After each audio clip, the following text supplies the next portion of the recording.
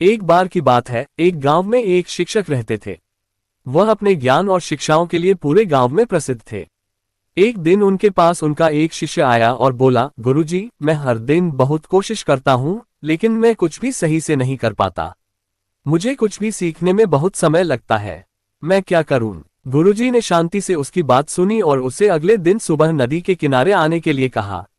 अगले दिन गुरुजी शिष्य को नदी के किनारे ले गए और उसे एक पत्थर उठाकर नदी में फेंकने को कहा। शिष्य ने पत्थर उठाया और नदी में फेंक दिया। पत्थर पानी में डूब गया और नदी की सतह फिर से शांत हो गई।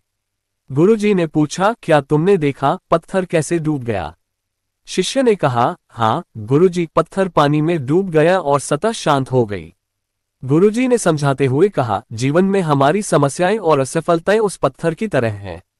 वे अस्थायी होती हैं, लेकिन हम उन्हें इतना बड़ा बना लेते हैं कि वे हमें डूबने का एहसास कराती हैं।